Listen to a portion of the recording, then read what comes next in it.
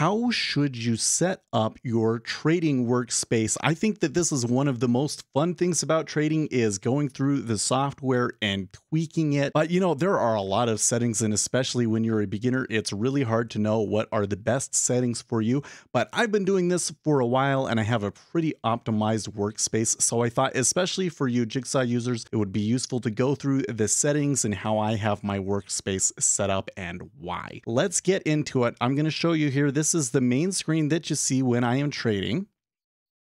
And I have a bunch of depth and sales windows up here provided by Jigsaw. And as always, I want to point out that I am a Jigsaw affiliate, so I have a link in the video description that if you purchase Jigsaw through, you get a small discount and the channel gets a commission. We put that back into the channel, and that's why we have such a wonderful channel now. I have a bunch of depth and sales windows open here, and I'm going to open up the settings for this. And on this initial screen, the parameters tab. The most important setting on the parameters tab is the market depth. So especially if you're using rhythmic data and you want to see more than 10 levels of market depth, you're going to want to increase this. So I just increase it enough so that I can see level 2 on all of the levels that I have visible. So I have it set to 32, but you can actually set it a lot higher than that. If you're on CQG data, they usually only give you 10 levels, but that might be different depending on the instrument that you're using. So that's the thing that you're most likely to change. The other really important setting on this screen is the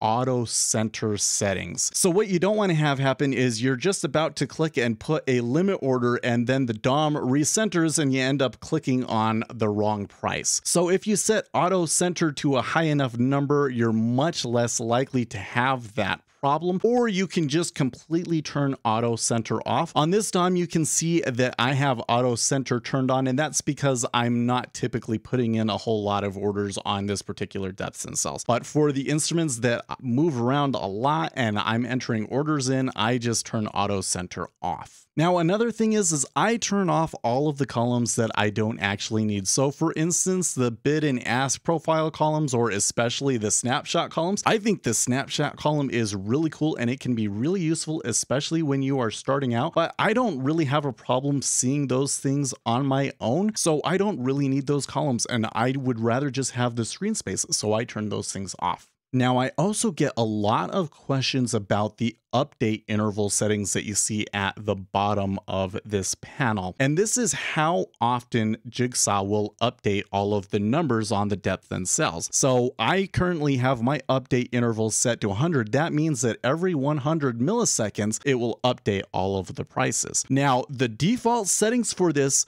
are pretty good, and I really wouldn't recommend changing it a whole lot unless you have problems. So you could set your update interval really low to like 5 or 7 to match your display's refresh rate, and probably most computers in regular conditions can actually handle an update interval that high, but you really don't want to base those settings on normal market conditions. You want to base them on when the market is at its craziest. And I have found that changing those update intervals really don't make a difference. Really, anything under 200 milliseconds is too small for a human to really react to anyways. So I would recommend just leaving it at the default settings, or maybe even increasing them a little bit, so that when a really wild market comes along, you don't have any risk of your computer slowing down. Now, moving on to the appearance tab, in the trade column tab of that window, there is a setting that I just absolutely love. First is show P&L, and that will basically just show when you are in a position, it will show how much money you make at each level here in the trade column where you would normally see your orders sitting. And then the include closed P&L, this is great because it lets you see like your theoretical break even point. So say you're in a trade on multiple contracts and then you take profits on some of those contracts. So now your overall position is less. So in order for you to actually lose money on the position, it's going to have to move quite a bit away from you, right? And this include closed P&L lets you see where that actual break even point is. So if you want to trade with multiple contracts, an absolutely essential setting there. Another setting that I think is absolutely essential is over here on the trading tab, and it is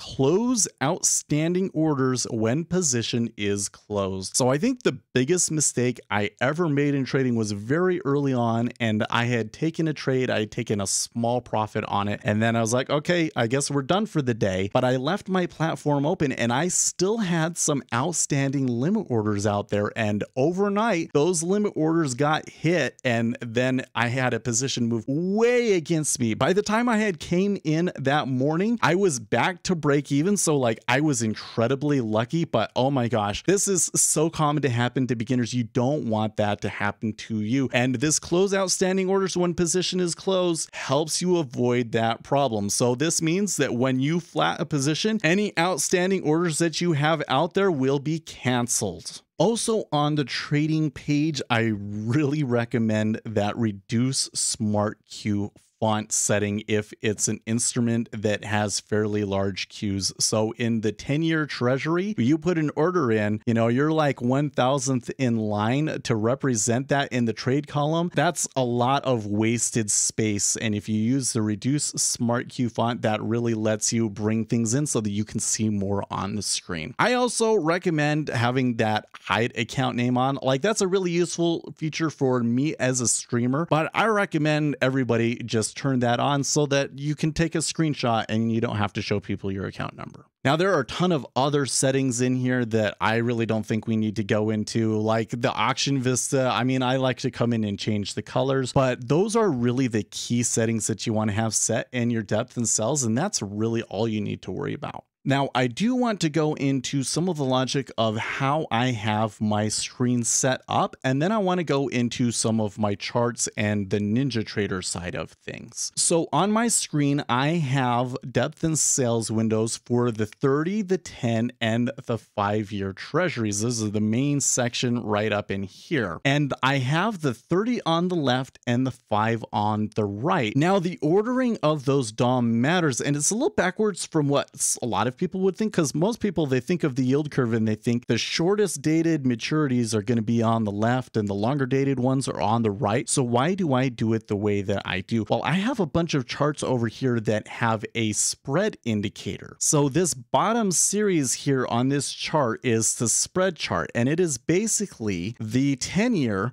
minus the 30-year. The shorted dated maturity goes in front. And so if the spread is increasing, that means it is steepening. And if it is going down, that means it is flattening. So I want my DOMs set up to be pointing the same directions as my spread indicators do. So if we are steepening, I want the 5 to be up more than the 30, and I want that same diagonal line pointing up and to the right, and vice versa for flattening. That's why I have them in the order that I do, because I think a lot of people would rather have the 5 on the other side, but then your brain is constantly having to translate between which one is flipped, and are we talking about prices or yield? This way, I just always know pointed up is steepening, pointed down is flattening. That's also why here on the micros, I have them the opposite way, because it's yields. So now I want the short dated maturities on the left and the long dated maturities on the right. I also do use Jigsaw's consolidated tape. It's actually hidden behind my camera here. So I have a couple of windows set up for the 5, the 10, and the 31 that just shows all of the orders coming in, which I find useful to kind of see the pace of things. And then I have ones down here that are more filtered to show me the large orders. I don't pay attention to these too much unless like something really crazy happens, but I find that it just kind of gives you a good sense of the pace of things. I also have these market depth tapes. These are something that is included in my own indicator package that you can download at speculatorseth.com. $100 for a full lifetime license.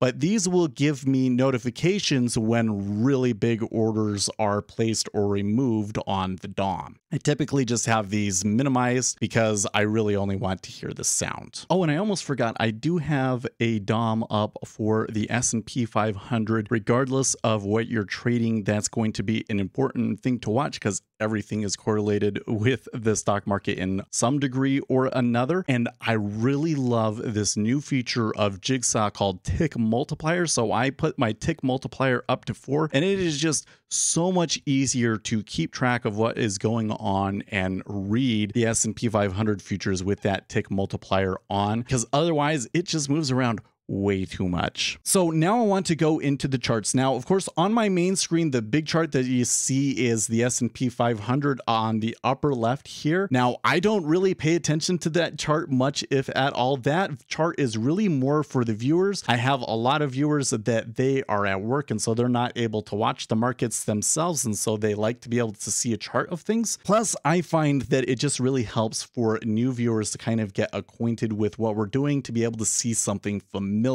Now, there is another chart here on my main screen. Is probably the most important chart that I use, and that is my chart of the dollar index. Guys, it is so important to understand what is going on in the currency markets. How can you trade if you don't know how the value of the currency you are trading in is changing? So many moves are correlated with the dollar, and so it's just really important to keep an eye on that and know what it's doing. Now, unfortunately, I can't open up a DOM for the dollar index. To get like dollar index futures data, you have to be on the ICE exchange, which is a lot more data for something that I'm not going to trade. So instead, what I've done is I have an indicator that's a part of my speculatorseth.com indicator suite that calculates the dollar index synthetically from the FX futures. Probably the most valuable part of my indicator suite, and this is just so essential to our trading. Now, here is a look of my other screen. Down in the lower right, I have a market analyzer, and that just helps me keep track of what a really wide swath of instruments are doing. So a lot of movement in markets is correlated, and so I want to look at what assets are moving up, what assets are moving down, so that I can try and figure out what are the current economic conditions and where is the money coming from and going to. Now, here on the charts, I again have the 30, the 10, and the 5. And the primary reason that I have charts in addition to using the depth and sales is so that I can see the spreads. Because yes, I can see changes in spreads in which instrument moves more on my DOM, but it's really hard to keep track of all of that and remember everything. So being able to chart the spread and remember what's been happening is just incredibly useful. Again, this is a component that is included in my speculatorseth.com indicator package. Absolutely essential tool that I just can't believe doesn't come with the platform. And in terms of which spreads I'm watching, over here on my 30-year chart, I have the knob spreads, so the 30 and 10, which is probably my favorite spread to watch. I feel that that gives you a pretty good feel of how the curve is moving. But then on the 10-year chart, I have the 2s and 10s because that is so widely watched by the market. And then under my 5-year, I have the 5 and 30-year spreads. Now, I also have cumulative delta on all of these charts, and I find cumulative delta to be a really effective way of, one, confirming what I think I'm already seeing in the DOM, and two, trying to get an idea of how far things might go. So let's say that it's the end of the month and I'm expecting buying because treasuries do tend to buy at the last and first days of the month. So I'm expecting some big institutional buyers to come in and buy large amounts over a long period of time. So what I should see in my cumulative delta is just a really consistent trend moving up because of the order flow is just imbalanced throughout the day. I want to see auto-correlated order flow, and that's a really good confirmation signal for my overall thesis of why I might be expecting that volume to come in. But I also use it as a gauge of like, how far of a move actually is this? Because how much we move in price, that's going to change based on so many things like current liquidity conditions, etc., etc. But how much we've moved in terms of cumulative delta is a much more balanced measure of how big a move is. And so I can come in and say, okay, this is a really, really big change. This is a big trend. I'm going to expect 50 to 60,000 contracts difference at the end of the day. Whereas if it's just a regular small size move, I may be only looking for a 10 to 20K contract change. And when the cumulative delta reaches that amount of change, I'm looking to exit my position. Honestly, I probably dedicate too much space to treasuries, but you know, it's okay. I have all the space that I need. Then I have charts for a bunch of other instruments that I think are really important correlated indicators with the treasuries. So I have up here on the upper left, gold, and then I have corn. I can kind of switch this chart between natural gas and copper. If I want to go and check those, I can switch between gold and silver. This one is more my currencies, so I usually keep the 6J up because that is very heavily correlated with the treasuries. Then I can switch it. What's the British pound doing? What's the Swissy doing? And then this one here, I have the dollar index again, just so that like if I really want to look at a big chart of the dollar index, I can do that. And then I have a chart of Bitcoin because everybody's always interested in Bitcoin. But a really key feature that I use here with all of these charts is that you come up here to the top and there's the crosshair, and I change the crosshair to global no time scroll. So what that does is when I am highlighting a price, I can kind of see what everything else was doing at that exact moment. And that really helps me see correlated moves. For instance, if we come here on gold moved up after this move. We had non-farms payrolls today and all sorts of crazy stuff happened, but gold actually moved up initially. Whereas you can see here, like the treasury didn't start moving up until much later. But you can see that like when gold turns around, the treasury and pretty much everything else in the market turns around at similar times. Now I have a bigger chart here for oil just because oil is so volatile and it can be kind of hard to see what's going on unless you blow it up a little bit. And then I have some charts over here for the S&P 500. Now I do not trade the S&P 500 very much anymore, but I did a lot for a while. And so I just have kept those charts up. So I have a 5-minute chart and a 1-minute chart. I just realized that I'm primarily using these things to remember the history and get confirmations of what I might be seeing in the order flow. And I don't try and use technical analysis or anything that you see in these charts as like entry conditions or to tell me that I need to take a trade or anything like that. On the 5-minute chart, I have my inventory cost basis levels. This gives a really good indication to me how far of a move we're having in the S&P 500. Like, is this a move where like certain market makers are really feeling stress or not? And that's what these lines on the chart are doing. It's probably my most sophisticated indicator in the speculator set package. I don't take a cross of these lines as an entry signal. I don't say, oh, it's crossed the dotted line, so it's going to come back. But it does kind of tell me these market makers are kind of feeling stress. If something happened, if the market shifted down, we're probably going to come all the way back down to here. Another indicator that I have on here that comes from my speculator Seth indicator suite is Alice, and Alice is a measure of how much opportunity there is in the markets. I've done a pretty good job of learning what that is in the treasuries, but in the S&P 500 I would often find myself getting in the wrong action. I really need to see this number be up high enough before I'm going to be taking any kind of trade. Then down at the bottom, of course, I have cumulative delta because cumulative delta is just the